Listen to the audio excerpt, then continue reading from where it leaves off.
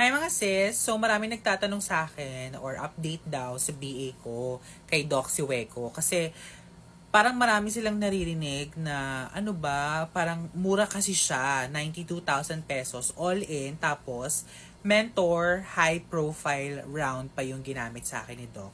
And I am on 600cc. So parang natatakot kasi sila na baka daw bumaliktad, pumutok yung silicone sa loob. Kasi nga parang, bakit daw ang mura eh, ganyan-ganyan, and it's budget friendly daw.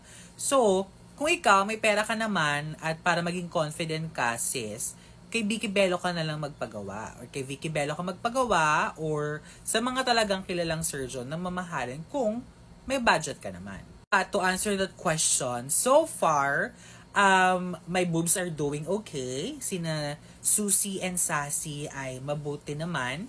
Hindi naman ako nakakaramdam ng any pain.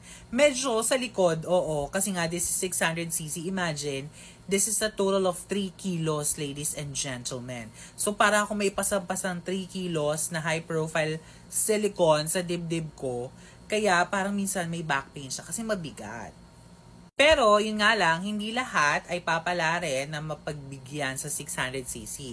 Actually, may nakita pa nga ako sa post ng group ni Doc Siweco na merong nagpalagay ng 725cc. Guys, Diyos ko, ang laki.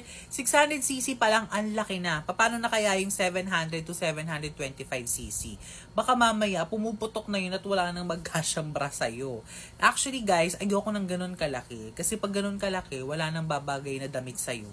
Tapos magmumukha kang obese. So si Doc Siweco, sinadjust niya sa akin na 600cc is bagay lang sa katawan ko kasi nga medyo malaki yung build ko tapos chubby-chubby ako, 'di ba? So 600cc is just okay.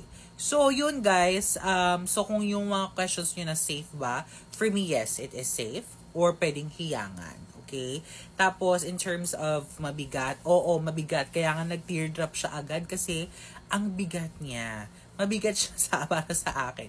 And imagine, yung height ko, 5'3 lang ako. Tapos yung nilagay na silicone sa akin, 600cc. And I am on cup 44D. So, yun, isipin nyo na lang ano itsura ko. Para akong suso na may konting trans. Yun lang guys. Thank you so much for watching. Hi guys, so it's exactly 10 months of my breast augmentation procedure.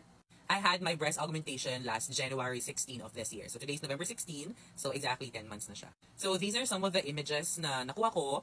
Nung medyo may ulit pa ako nun, nag-picture ako agad pa uwi. So you guys can see how it looks like. Ayan yung kakalabas ko pa lang ng clinic, nag-picture na ako sa Grab pa lang. Ayan. So yan, super bago. Like kinabukasan, ganyan naman ang picture, ganyan ang itsura niya. Tinanggal ko yung bandage kasi guys, nagsusugat siya. Nagsusugat siya because of the tape. Allergic pala ako dun sa tape na ginamit sa akin. So yung kaninang pictures was day 1, and then ito na yung day 2. Ayan yung itsura niya. So, nung una guys, takot na takot ako. Kasi sobrang taas niya. As in, konti na lang leeg ko na. And natatakot ako. Sabi ko, shit, parang ang taas ata. And again guys, my implant, it's 600cc. Yan, yun yung ginamit sa akin na implant. Mentor, high, round profile, 600cc. So yun, parang sobrang natatakot ako kasi ang taas niya. Pero sabi naman ni Doc, kalma lang kasi bago pa yan. And it should form ng parang natural looking. Kasi may kahan na talaga yung boobs ko before the surgery. So, yan yung ginamit yung mga aso. Sorry, yung dog ko kasi tumakbo. Pero yan yung ginamit ng implant sa akin. Ayan ang itsura ng high profile ng mentor. So, medyo umbok siya talaga. Bakit ba may tinawag na high profile? Meron bang low profile? So, papakita ko sa inyo guys kung ano yung mga differences between the profiles. So, ayan yung iba-ibang klaseng profiles na sinasabi. Merong low. Yung low profile, yung parang flat lang. If you're from, meron silang 110 to 610cc. Tapos, low plus from, meron silang 125 to 640cc. Tapos, moderate, tas full, and then extra full. So, high profile yung sa akin. Ibig sabihin nun, nasa full ako. Nasa full. So, kasi 600cc siya. So, dito siya kinuha sa pang-apat. Yung extra full naman, ito na yung mga 800cc pataas. Yung parang, meron ito sa United States. Actually, yung mga Amerikana, ito yung pinapagawa kasi mga malalaking tao sila. Tapos meron din content creator dito na nagpagawa ng 700cc and parehas kami ng doctor. So, who are you gonna contact? So, saan ako nagpagawa? Paano kayo makakakontakt sa kanya? So, this is my doctor. His name is Edmund Siweco or Siweco. He's very nice. He's very handsome, guys. May video kami yan together and he's super pogi, I swear. Ang tangkad pa niya and very accommodating. You can message him dito directly sa kanyang profile sa Facebook.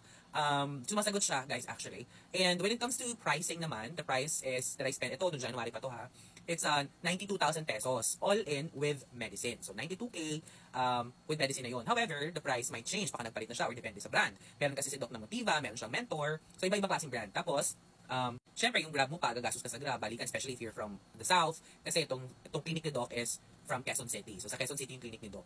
And Basta hindi actually siya kailangan ng reservation. Pupunta ka lang doon, tapos first come first serve basis. You may do your reservation, pero again guys, it's a first come first serve basis. Mas maaga, mas maganda. So if you plan to have a surgery, hindi lang naman breast ang ginagawa ni Doc, marami pa. If you plan to go to have a surgery, you may go there as early as 6 a.m. kasi makikita mo mahaba yung pila, especially if Monday siya.